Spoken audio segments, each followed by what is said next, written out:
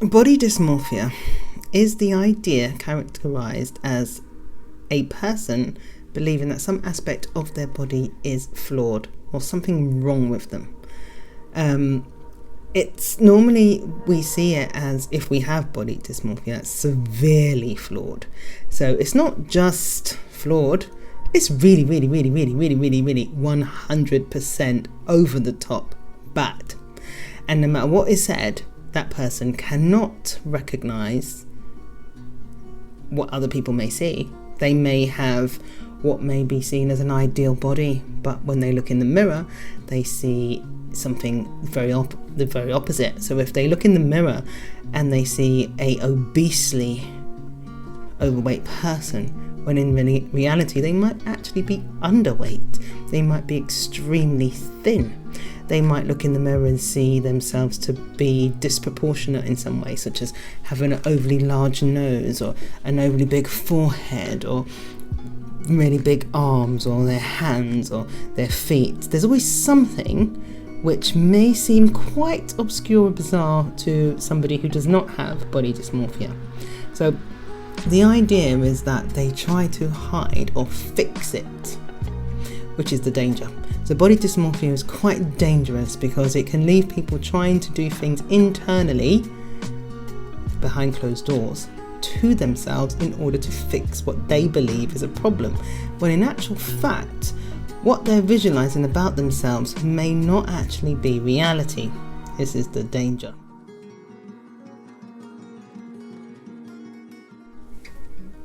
So body dysmorphia can lead to depression, anxiety, anger, frustration, jealousy, envy, all sorts.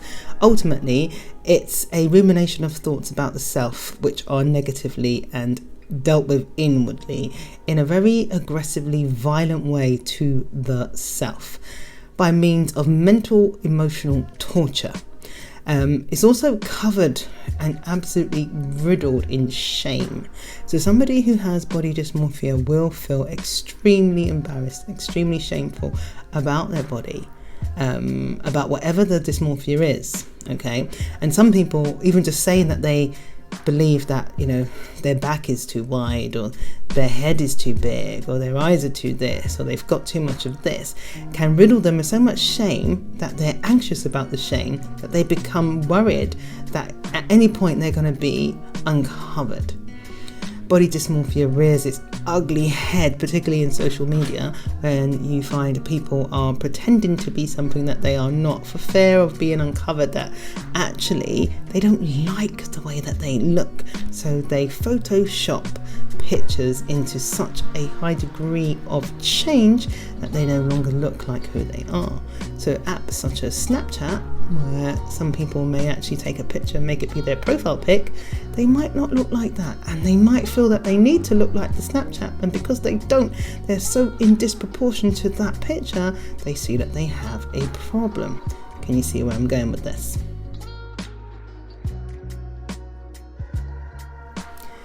Mental illness, it's all in the head, it's all in the mind. They don't know what causes it. Well, I can give some ideas. So as we're growing up, we pick up information about ourselves from our caregivers, those around us, and let's just be honest, we're not exactly nice to each other sometimes. Not every single time, but sometimes. So we sometimes play playful, violent games, which we don't realise are violent because they're not physically violent, but they're mentally and emotionally violent. So we say things like fatty, big head, round nose, long arms. And children, they associate themselves with these name calling because of the feeling associated with it, and they bury it deep. And then guess what? Little Jackie has a problem because she hides her nose, because she was told that she had a big nose when she was a kid. So now she does things like she puts clothes pegs on her nose, or she wears her hair and it covers her face, or she's been trying to do surgery on the black market and she's really disfigured herself. That can be the pain. That can really happen. It can be horrible, really horrible. Sorry, I didn't get my words out properly then because I wanted to say so much, because this particular subject is quite personal to me because I know how it actually feels. So when a person has a feeling about their body. It's so personal that it's almost impossible to share. So if somebody even alludes to there being a problem, guess what? They're not going to see it as a small thing. It's going to be an absolute disaster. In some cases, body dysmorphia can be related to a combination of brain differences and genes and environment. That can be the case. Environment being the place where you're in and being told that you don't suit, you don't fit, you're not accepted, and something is wrong with you. What we do with this information is we internalize it. And as we internalize it, we can't stand it, the idea that this is true or somebody's going to find out. So some of us who have body dysmorphia find it difficult in relationships. Some of us are constantly depressed and nobody understands why. When you have something like this which happens internally in your head, the fact of the shame stops you from sharing and stops you from seeking help. So body dysmorphia is a real thing. How do you know if you might be affected or you might know somebody that could have body dysmorphia? Checklist number 1, preoccupied with a body part.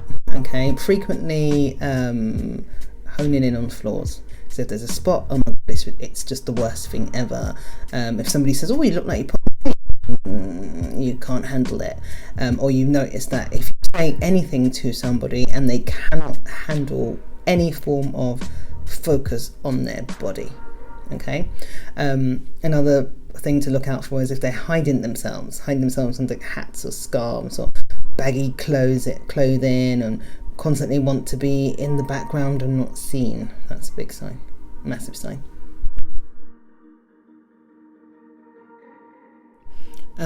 If you're thinking too much or worrying too much about your appearance, so you're worrying what people are thinking about you, you're worrying about what you're thinking that other people are thinking, you're worried that actually they're all thinking negative thoughts all the time, or you notice somebody who's constantly worried about what everybody is thinking about how they look, their body.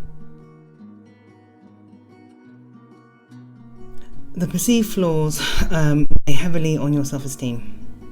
So you measure yourself up based on the flaws and how you think others feel about you. So you're basically saying, I have a spot on my nose, I look really, really bad, everybody's going to see me and go, God, well, she's got that horrible spot on her nose. Oh my gosh, that's disgusting. What's going on with her is really, really bad. Anybody who has those kinds of thoughts, possibly suffering from body dysmorphia or mild comparing. People who constantly compare themselves to others, saying, well, they look better than me, or oh, she's got this, or he's got that, and that's that, and I can't deal with that, and because they look better and I'm not going to do that because they've got it, and constantly comparing. Comparison is basically a way of saying you don't measure up, and when you try to measure yourself up against somebody else's ruler, you will always come short. So if you have a body dysmorphia predisposition, then the likelihood is you're going to measure yourself up and you're going to fall short. So the anxiety, the shame, the depression is going to come. Seeking reassurance and trying to gain an understanding from other people about how you look and trying to see that you look alright, but all the time focusing on your flaws, and you never believe what anybody says. So a person suffering with body dysmorphia never believes that somebody says, gosh, you're beautiful. Don't believe that. Ignore that. They won't have it. They'll think, not because they think the other person is lying, they will think they're lying, but they believe their problem is so big and so severe that absolutely no way could that be true. That's what they're really thinking. The worst way to treat somebody who has body dysmorphia is to tell them that they're stupid and they're gorgeous and they should just deal with it. It's all about their thoughts. And once they realise what their core irrational belief is, you pick it apart and then you create a new one and then you build on that. Because ultimately, they've added something to their core belief based on something that they picked up in their childhood, which is now having a lasting effect on them.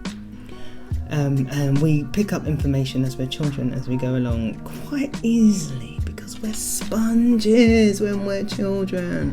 So we've really got to be careful what we say to kids, because children are not children forever. It's common that OCD can also